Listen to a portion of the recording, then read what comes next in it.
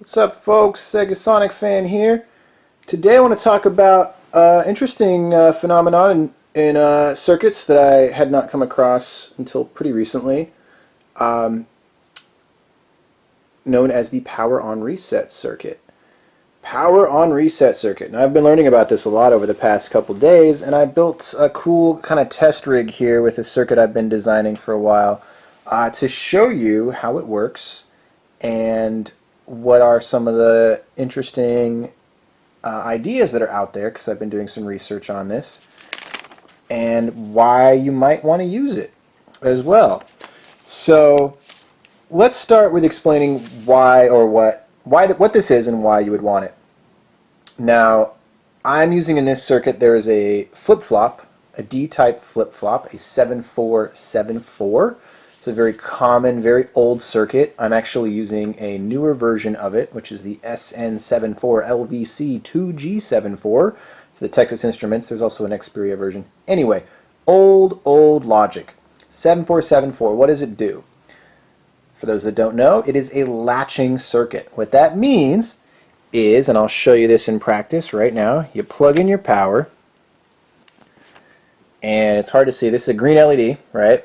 I hit this button, and it'll turn red LED, and it stays there. I don't have to hold the button down. I don't have to use a mechanical switch either, like this one, to hold the contact down. It remembers the button press. It's pretty freaking awesome. I love these things, and I kind of want to use them in everything now, which I've kind of been doing. Really useful stuff. It's kind of just one of the building blocks of all computers, just to have a circuit like that. So 7474 is a latching circuit. Okay, great. That's cool. It's got a memory. Awesome. I ran into a big problem, though, doing a design with this, and that is that when I unplug this and plug it back in, so it's on, right? Unplug it, plug it back in, it's still on. It's still in the latched position. So it remembers it's still red instead of going back to green, right? When I plug it back in, I want it to be green. I don't want it to be red anymore. And that's a real big problem for my design, because the way this will be installed is if it remembers its previous latch setting, it remembers the on position when you plug it in, then this is talking to a computer which will not go down with that. Will not be down with that. Computer's going to flip out, and it's going to be like, yo, why are you on power up? That doesn't work.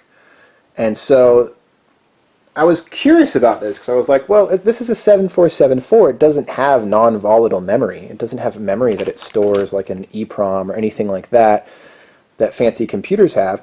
And so, as is very common when learning about electronics, I kind of had to learn the building blocks.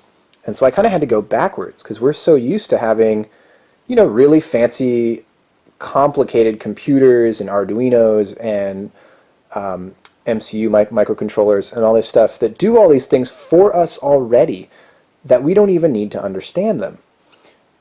And so since I'm building this entirely analog, there's no microprocessor on this at all, I'm learning some of the building blocks of microprocessors, which is incredibly helpful and really cool. And so I hope people will be as excited about this as I've been. It's been a little frustrating too, trying to fix this problem, but now I'm excited about it, now that I'm actually making some headway. And so I invite you all to follow me down my path of trying to figure out why this stays red when I plug it in, and how I learned to fix it. And so keep watching, and that's what I'm going to go into in all the different steps. Now first let's think, what changes this to green if I leave this powered off for a really long time, it will eventually turn from red to green. I have an oscilloscope here, Analog Discovery. This is the slightly older version that my friend Anthony gave me for my birthday. Anthony, if you're watching this, you're awesome. Thank you. I love this thing. I love it. And I'm going to use that with my computer screen here to show you what's happening. And let's start off with just showing. Let's see how well we can pick this up first. Looks like it'll pick up pretty well. So I'm going to click the run button. And it's already plugged in. And so, actually I just unplugged it. Okay, let's plug it in here. And hopefully you can all see this. I apologize. I would normally do this through a screen capture, but I just don't have the energy and ability to do that right now. So there it is. It's on, right? And right now it's around 3 volts, maybe a little bit higher, give or take. That's due to some diode drops and other stuff, but it's actually a 5-volt supply. And there's some voltage drop going in there for various reasons. I think I have a resistor on the output as well. Now look what happens when I unplug it. It sloops down, and see how it doesn't go to 0? 0 is down here. It's still crawling, trying to get to 0. Still going, still going, still going, still going. It's still not there. Still not there. Oh, damn. We're still waiting. If I plug it in right now, it'll still probably be red. Because this thing is actually, I found out from experience, measuring the duty cycle, which is the change from low to high or high to low. And it's still going, still not 0. So, and this is because there's still some voltage stored in the main capacitor. Let's see what happens if we try it now. We've waited for a little bit while. I know it's not 0, but let's just see. Look at our LED, plug it in, it's green. So it went low enough at some point. Now let's try this again. It's high again. Let's cut it off. Bam. Goes down. It's going down. It's going down. Now let's try plugging it in. It's green. Okay, that's good. Some of this is probably due to the circuit that I already built. So I'm going to back this up actually a little bit. Let's see. I'm going to raise the voltage here. Raise the output. So let's start this over. We're a little higher, like 3.7, something like that, right? Drop it. Oh, you know what my problem is? Oh my god, I feel so stupid. I wasn't changing it to red. I wasn't latching it when we were testing this with the oscilloscope. It's hard to do this with a camera. So now it's red, right? My bad. Now it's red. We have 3.7, and bam, we drop it, drop it, drop it, drop it. Still not that low. Still, we're looking at 2. We're looking at 1.5 right now. Let's see what happens if we plug it back in. Waiting, waiting, waiting. Plug it back in. It's still red. So we have a problem. The problem is, I'm going to stop this from running right now. So the problem is we have our 3.7 volts, right? Going to our reset pin, and that droops to about, pretty immediately when you unplug it, droops to about 1.6, something like that. And I could zoom in, but it's rough, right? 1.6, 1.5, 1.6. It stays there. And we could let this run for a really long time, and you're looking at minutes of time that you would have to wait, the user would have to wait before using this thing again. That is a problem. That is a big problem. So let's talk about some solutions to that and some things I've been figuring out here.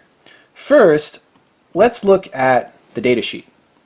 This is the chip I'm using, SN74LVC2G74. There's also a version without the SN made by Nexperia that is a little cheaper and just as good, if not better. I don't like Texas Instruments. You guys have a huge monopoly, too much power, and you fund the military. Don't make military weapons, bad. But I'm using this chip right now because it's the first thing I ordered. Gonna switch over to the Nexperia one. Anyway, let's look at the problem. So we have our supply voltage, right? Our operating voltage here in the data sheet is 1.65 to 5.5. Now that's our first issue, is that this thing will operate at a really low voltage. And then here's the other big issue. Data retention only, 1.5 volts.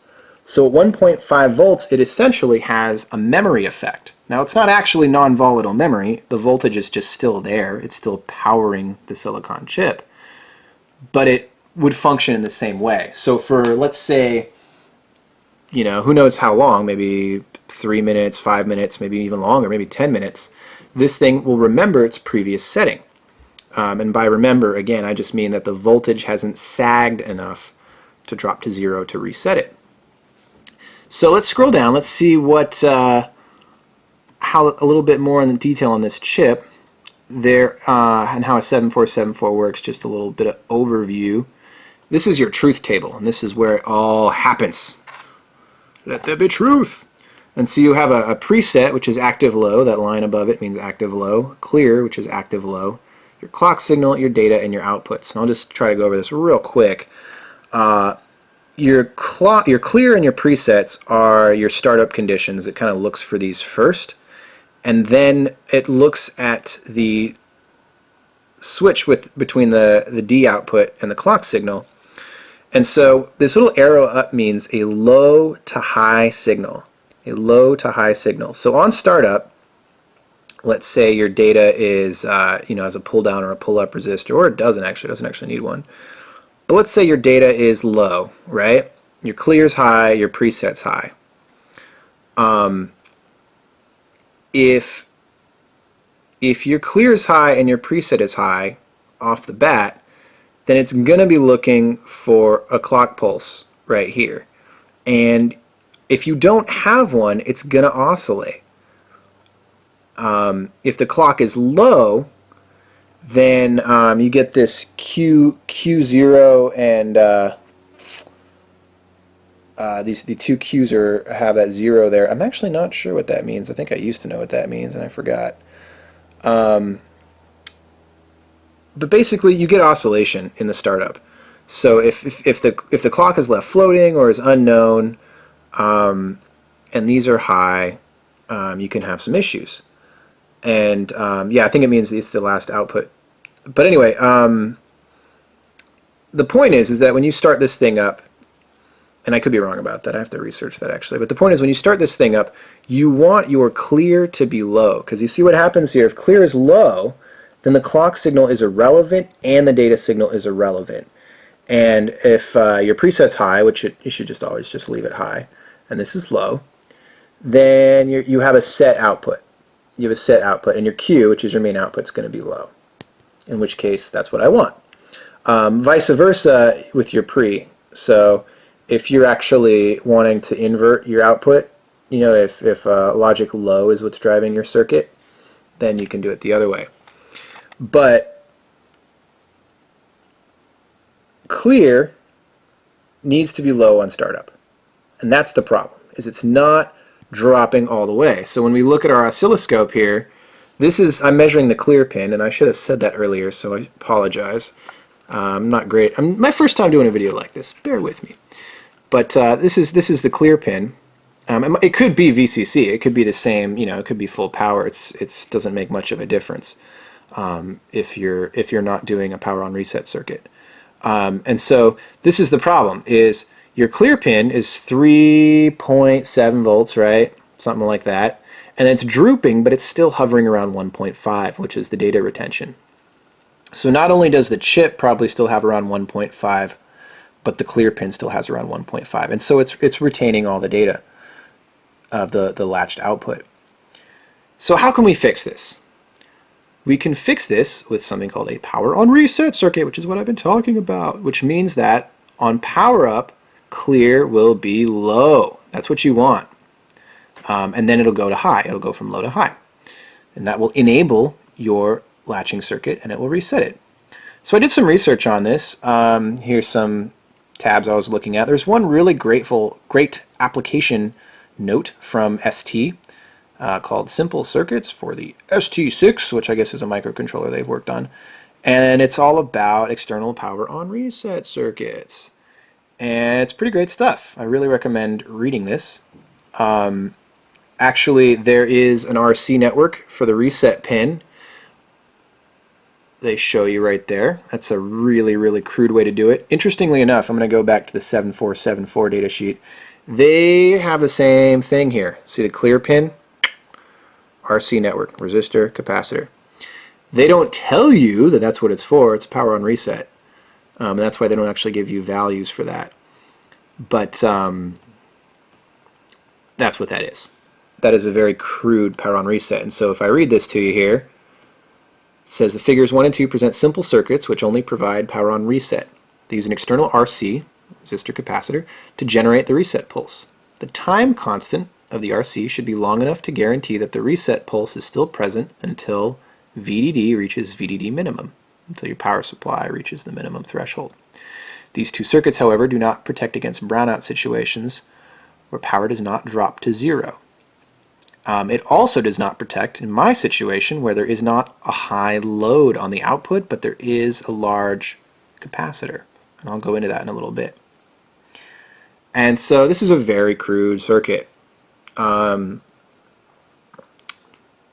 NF is the value for the capacitor. Some places will tell you 0.1, but 10 is way better. And by 0.1 I mean 100 NF, nanofarads. Here's the second version. They give you these extra caps, which are interesting. And they say, Figure 2 presents an advanced power on reset. The 1N4148, it's a switching diode, is used to rapidly discharge the C capacitor from your RC network on power down. This is very important as a power up reset pulse is needed after a short power down, less than the time constant of RC, or after a power spike. So what's interesting about this is I don't actually have a short power down that is less than the constant time of RC. What I have is a long power down that doesn't droop to zero because there's not enough load to pull the charge out of C.